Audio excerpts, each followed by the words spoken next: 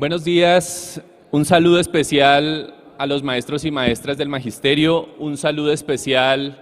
a todos aquellos que han hecho posible el movimiento pedagógico en sus 40 años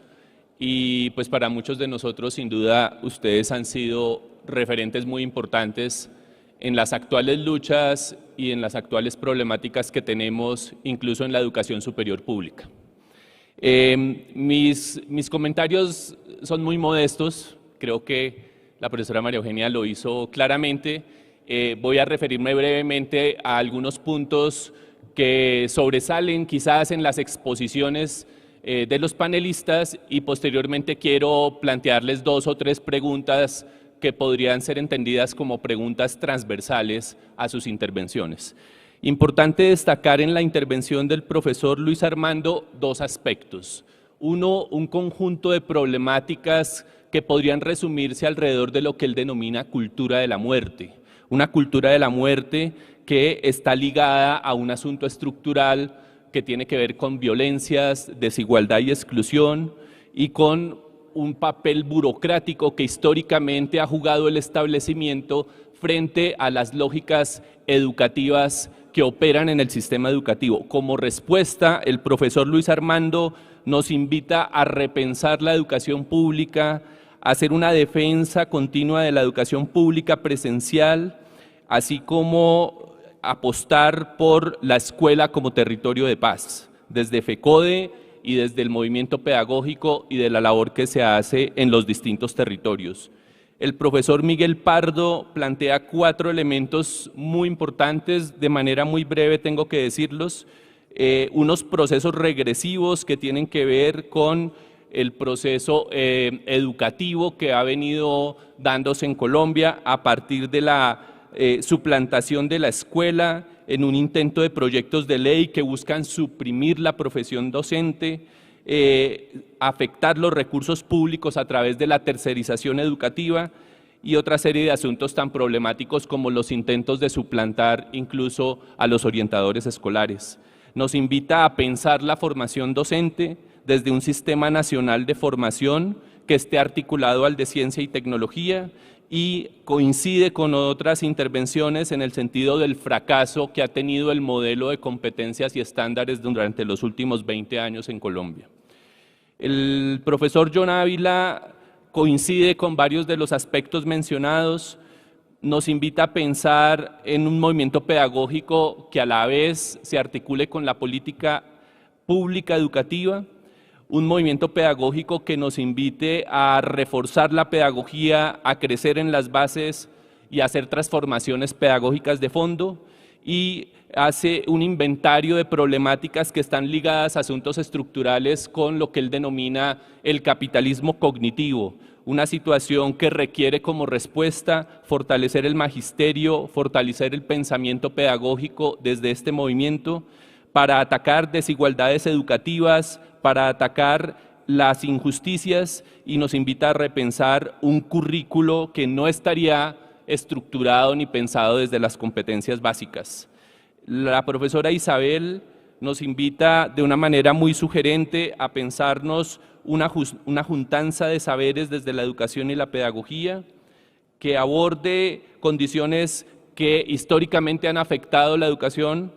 desde el punto de vista de la infraestructura, desde el punto de vista de las desigualdades, desde el punto de vista de la exclusión y nos invita también a pensar en un modelo humanista que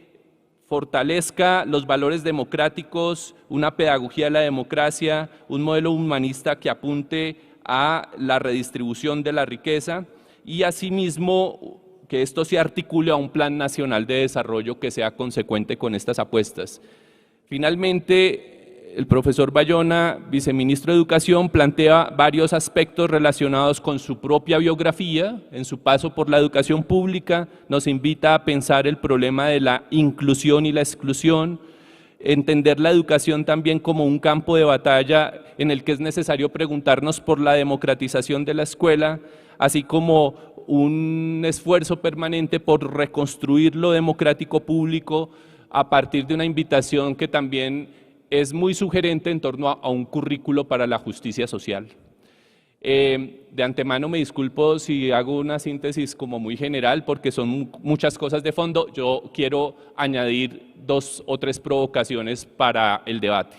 El primero, quisiera preguntarles en torno a lo que podríamos denominar como la democracia en la escuela, ¿cuál sería el punto de vista de ustedes en torno a las políticas públicas si se tiene en cuenta que en los últimos 20 años hemos pasado por lineamientos y estándares de ciencias sociales, hemos pasado por estándares de competencias ciudadanas, nos han invitado a implementar cátedra de paz, cátedra de historia, y ahora la Comisión de la Verdad también nos invita a trabajar el tema de la verdad en la escuela? ¿Cómo hacer para articular esas cosas o para priorizar algunas y excluir otras? Recordemos que en algunas de estas se habla de competencias y estándares. ¿Cuál sería la apuesta por hacer un proceso de formación en la escuela, no solamente basado en contenidos en democracia, sino en convertir a la escuela en un espacio, en